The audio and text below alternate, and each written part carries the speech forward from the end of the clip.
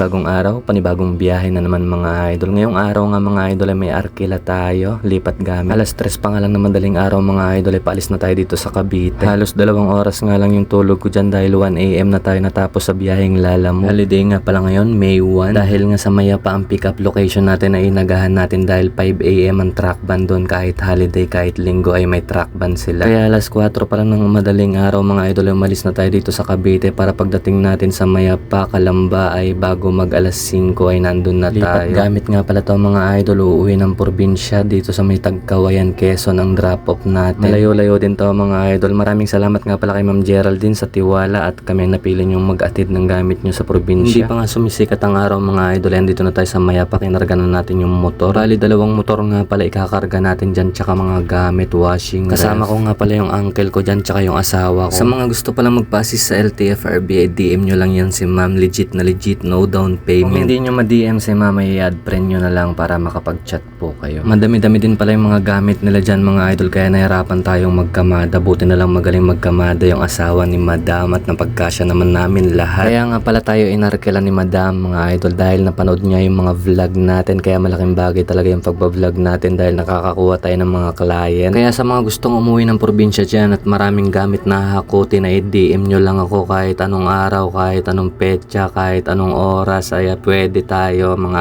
idol. Pag nagkasundo tayo sa presyo ay larga na tayo. Sa mga makakapanood pala ng video na to ay bigyan nyo ako ng biyahe at bibigyan ko kayo ng komisyon. Mas okay kung mga biyaheng probinsya yung ibigay nyo sa akin para naman makapasyal-pasyal kami. Kaya kung may mga pangarga kayo ay DM nyo na ako kaagad o kaya mag-comment kayo sa video na to. Kalipas nga ang 1 oras ay nakarga na natin lahat ng mga gamit nila at medyo maluwag pa nga yung truck natin. Dahil nga wala pa kaming almusal ay kumain muna kami dito sa labas. Literal na kain sa labas mga idol. Ang sarap nga ng kain namin dyan mga idol. Ubus namin dyan yung 1 kalderong kanin eh. Lalakas namin kumain dyan.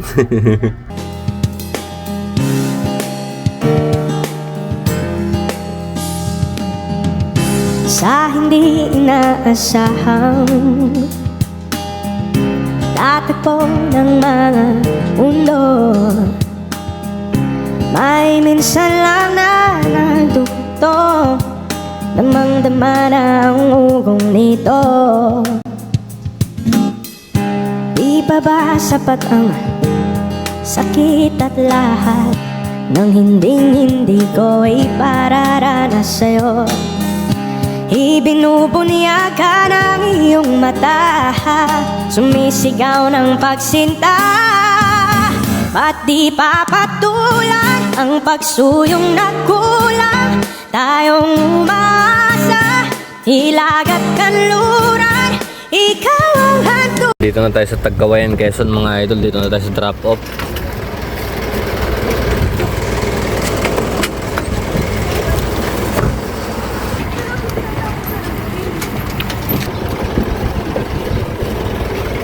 Lars. Okay.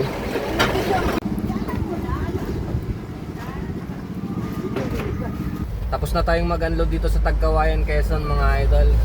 Ma'am Geraldine, salamat po at nagbigay pa po kayo ng tip na 500 pangkain daw namin mga idol. Wala tayong nakuha ang backload mga idol. Maraming salamat pala kay Ma'am Geraldine sa tiwala. Pauwi na tayo ng Cavite mga idol.